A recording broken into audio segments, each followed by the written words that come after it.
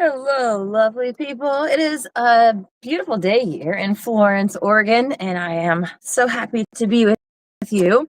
It is actually Family Day, which is why I played that song. God and Goddess, thank you so much for this beautiful day and for the sun peeking through the clouds. Thank you that it's not raining.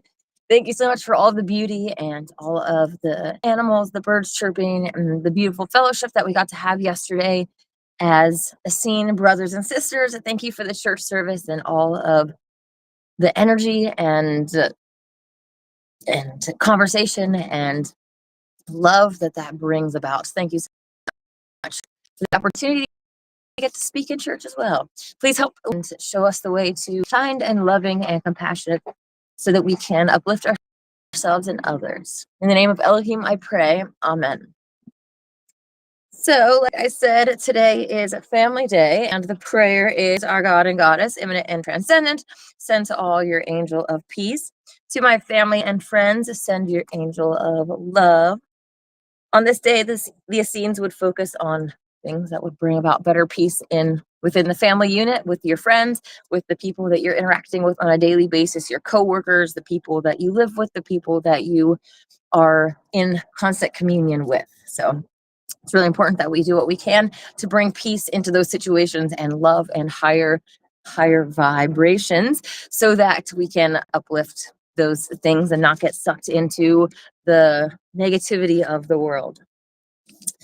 Today, I wanted to read from chapter 28 of the Holy Godspell in the Holy Megillah, the Nasarean Bible of the Essene Way, translated by David Greenleaf and available at essene.org.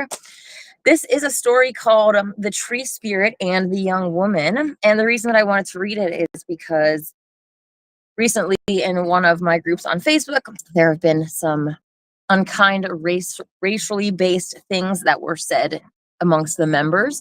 And we don't allow that in our group, by the way. But I do want to address the underlying issue and the push that the powers that be are trying to divide us on every way possible, including our skin color, which is the least important, honestly, the least important thing about someone that you could even hold against them. Like, racism is so shallow. Anyways, let's just hear what Yahshua has to say about it and not my own getting wound up, because I think it's very, very ignorant and just demonic. So this is from chapter 28, verse 326. Yahshua noticed that a group of young women were mocking one of their peers, a girl of perhaps 18. Lo, the young women mocked the girl for having married an Ethiopian man of black skin, saying, "It is a shame to mate with a man of different skin color than your own. Your children will be mongrels." Hearing these words, Yahshua approached the young women and told them the following story. Yahshua said, "There once lived a family who lived in profound harmony with nature. Indeed, they so closely walked the way of the Green Lady that the Alephim and the creatures of old Eden, the Alephim or the elves, openly befriended them. The family was called Olive Friends by the Holy Alephim, and they were called Unicorn Friends by the unicorns, and they were called many silly names by the very silly fairies who also befriended the family. Here follows the story of a young maiden from that family. Her name was Enchantment. She was the daughter of a great wizard and wizardess. Her father's name was Jess, and he was of the green wizards of the White Rose, which is the order of Isha. Her mother's name was Mercy, and she was also of the green robe of Isha. Behold, this holy family lived in a beautiful forest. And it was there that an amazing thing occurred. The human maiden, Enchantment, mated spirit of a holy tree. This was possible because in an act that is rare, this tree spirit took human form by night out of love for the maiden. The story of this unusual mating now follows. Definitely reminds you of Shrek. Obviously the intention in Shrek was different, but this idea of being one thing by day and the other by night. That's what it reminded me, at least. Continuing on, one beautiful day in spring, the lovely maiden Enchantment was walking in a sunny meadow near her home in the forest. Yea, the weather was delightful, as were the surroundings. The air smelled of green life. The happy sound of bubbling spring, of crystal clear water, accompanied the songs of happily chirping birds, and hummingbirds danced between branches. In the center of the meadow was a beautiful oak tree, and beside it was a large rock. The rock made a perfect chair. In the comfort of the shade of the oak tree, Enchantment played her hand drum and sang songs. Lo, she also talked to the oak tree, though it did not answer, telling it all of her hopes and dreams, even reciting poetry that she composed just for the oak tree. At the end of this wonderful spring day, Enchantment told the tree, "I will come visit you every day this spring. Yea, I will eat lunch each day branches." And she kept her promise. Yea, not only did Enchantment visit the oak tree in the meadow every day that spring, but also every day that summer, always having lunch in the shade beneath the branches of her friend, the oak tree. And after lunch each day, Enchantment spoke to the tree. Though it never answered, Enchantment felt that the tree could hear and understand her. More than that, Enchantment felt goodness emanating from the tree. It was that goodness that caused her to love this tree, yea, and to open her heart and mind to the tree. Each day after visiting the tree, Enchantment hurried home before dark, for she lived at home with her parents and siblings and was in charge of making dinner and doing the dishes. But on the first day of fall, things changed. Enchantment was unable to make her lunchtime visit due to a special at home. When she finished work that evening, she put on an extra tunic for warmth and, for the first time, went to visit the oak tree after dark. Lo, with candle in hand, she approached the spot where the oak tree should be, the center of the meadow. But where the tree usually stood, lo, there stood a young man. Yea, in place of the tree, Enchantment saw a healthy, handsome young man with muscular arms. His hair was long and blonde. Lo, his eyes were blue like the sky. Though he was extremely attractive, his skin was green. But she did not hold the color of skin against him. Of more concern was his attire, or more precisely, lack of attire. Behold, he was entirely naked. Wherefore, Enchantment took off the extra tunic that she had worn this night. Lo, she handed the green tunic to the young man, and he put it on. Then he sat on the rock with Enchantment and played his wooden flute. It was music like unto the song of birds and the wind blowing through the branches. Lo, after the music, they talked until it was nearly sunrise. They talked about Mother Nature, of gardens and forests, streams and fairies, flowers and fruits. Though she had never met a human with green skin, neither had she met anyone as good and wise as this young man. "The color of your skin is different than mine," she told him, "but your heart and mind are one with mine." By the time she departed just before dawn, Enchantment had fallen deeply in love with the young man whose name was Oak. The young man kissed her on the cheek and said, "I must return to my own kingdom each day before sunrise, but I will return at sundown to await your visit." Enchantment lived with her parents near the border between two kingdoms, wherefore she assumed the young man spoke of the neighboring kingdom a short distance to the south of her home. That kingdom was a long walk, indeed, but a doable in a portion of one day. She said, "Each evening after the sun sets and I have finished my household chores, I will come visit you at this spot." Behold, Enchantment had fallen in love with this young man because of his goodness. She cared not that his skin was green, and it was not his good looks that charmed her. Rather, she felt his goodness. Lo, this was the same sort of goodness she had felt from the oak tree. Remembering the oak tree, she asked herself, why was the oak tree not in its normal spot tonight? I will look for the tree at lunch tomorrow. Then I will visit the young man at night. The next day, at lunchtime, Enchantment found the oak tree in its normal spot in the center of the meadow. But behold, hanging from its top center branch was the green tunic she had given the young man the night before. She wondered, did the young man discard the tunic and walk home naked? That night, after doing the dishes, the sun set, and it was the appointed time for Enchantment to go meet the young man in the meadow. But lo, her dog went into labor, and she stayed home to help deliver the puppies. Just before sunrise, with the last puppy safely delivered, ran out the door toward the meadow to meet her. She hoped to arrive just in time to meet the young man before sunrise. Behold, Enchantment ran fast, but did not beat the sunrise. Rather, she arrived at the very moment the sun rose over the hill and touched the center of the meadow. Can you guess what she saw? Lo, Enchantment saw the young man, her beloved, again standing in the spot where should be the oak tree. But behold, with the touch of the sun, the young man began to sparkle and change form.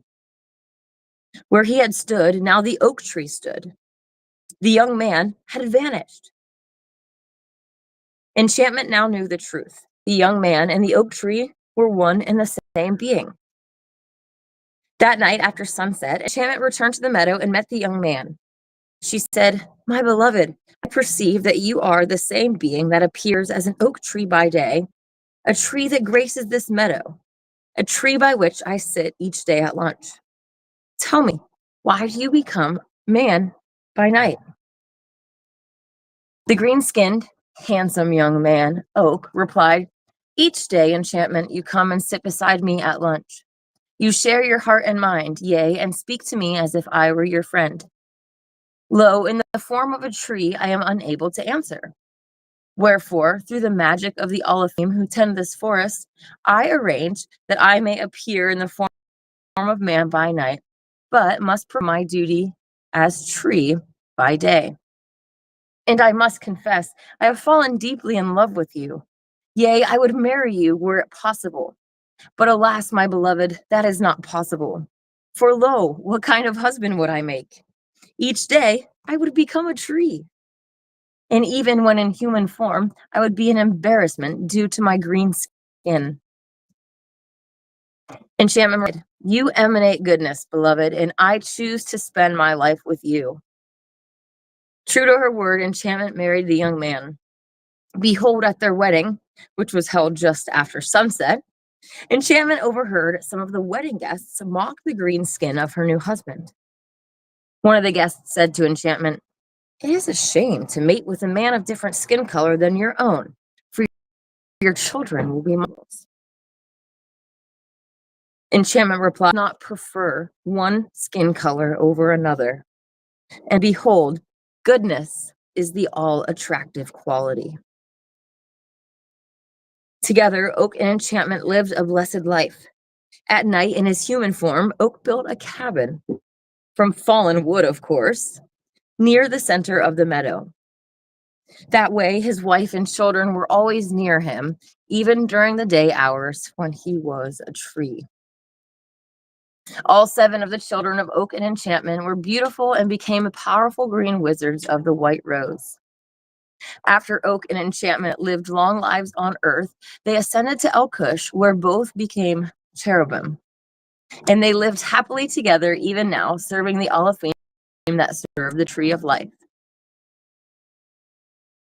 Spoke unto the young woman who had mocked her friend for having married an Ethiopian man of black skin.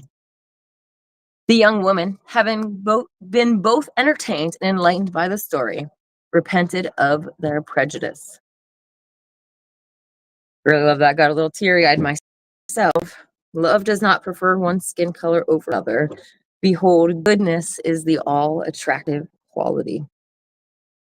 Love that. It's a shame that so many do grow up in homes and societies that are, trying to segregate us by our race. And thankfully, a lot of people don't go along with those agendas anymore, but there are still residual effects of the past, and the powers that be are still trying to fuel racial segregation and separation and divide between us so that we fight each other rather than focusing together on bringing love and raising the energy. Notice I didn't say fighting back, because I'm getting out of this. We are fighting, but it's not in the same way that they are. And I'm not coming at them in a combative way. I'm trying to be loving and kind. And I guess you could see that in a, kill them with kindness kind of way, but I'm not trying to kill them. I genuinely want it to help uplift their soul and help them be better, help the world be better, help all of our souls heal. So yeah, I'm grateful for those of you out there that are standing against these, especially being vocal in these times where they're trying to divide us and really cause so many problems. It's our job to share the light. So cool. I'm going to say hi to everyone in the live chat. Yesterday was a church service, and it was really, really cool to be able to read a little verse. If you saw the live stream, you might have seen my new shirt that I got. It actually has some blue roses on it, which are a little bit hard to see, but it was really fun to have a song circle, and everyone liked the mashed potatoes and gravy that I brought.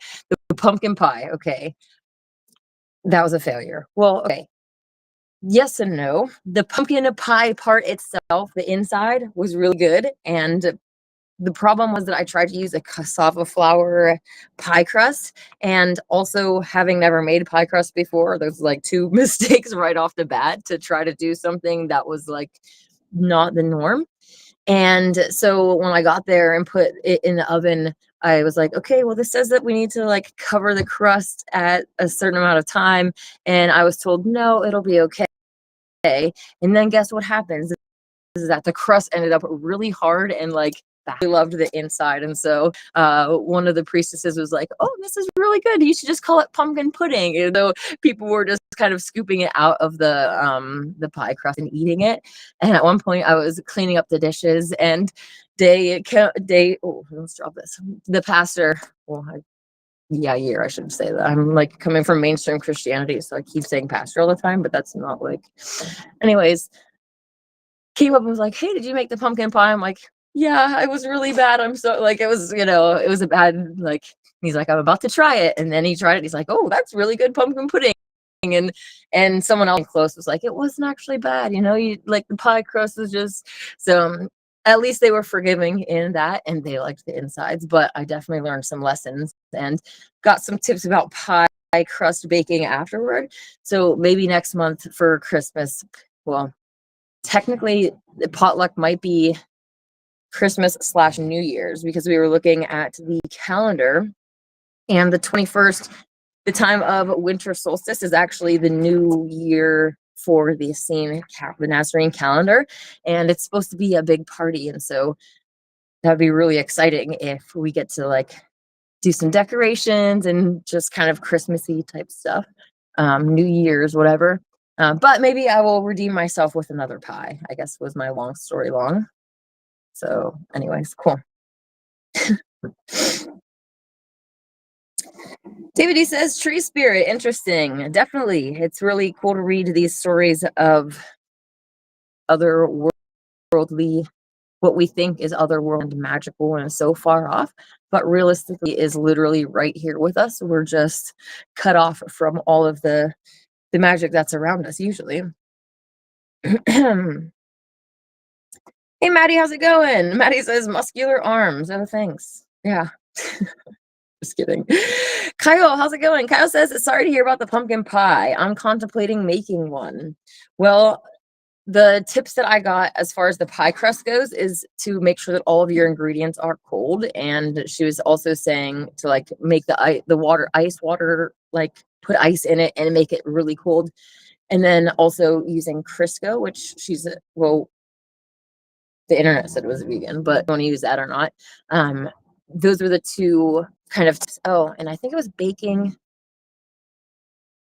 It was either baking powder or baking soda. And I know that those are two that you don't want to get confused. So there is a special tip with pies with either one of those, and I don't remember. So I can't really tell you factually, but if you want to look it up. So Guy said, you remind me so much of that female singer Tove Lo. Oh, thanks. Well, I think I've heard of them before. I can't really picture them in my mind, but yeah, so I'm going to jump off of here because I am planning to head back to Mount Shasta today.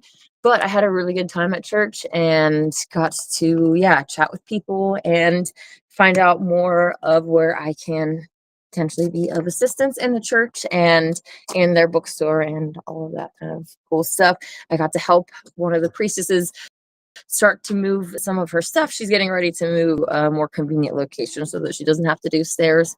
But yeah, so it's been a good weekend overall, and I'm grateful that God had got us made a way to get me to church. So anyways, I will be back with you tomorrow at noon for the noontime peace contemplation and maybe another story from the Holy Megillah. I hope that you have a wonderful day. May God and the goddess bless you.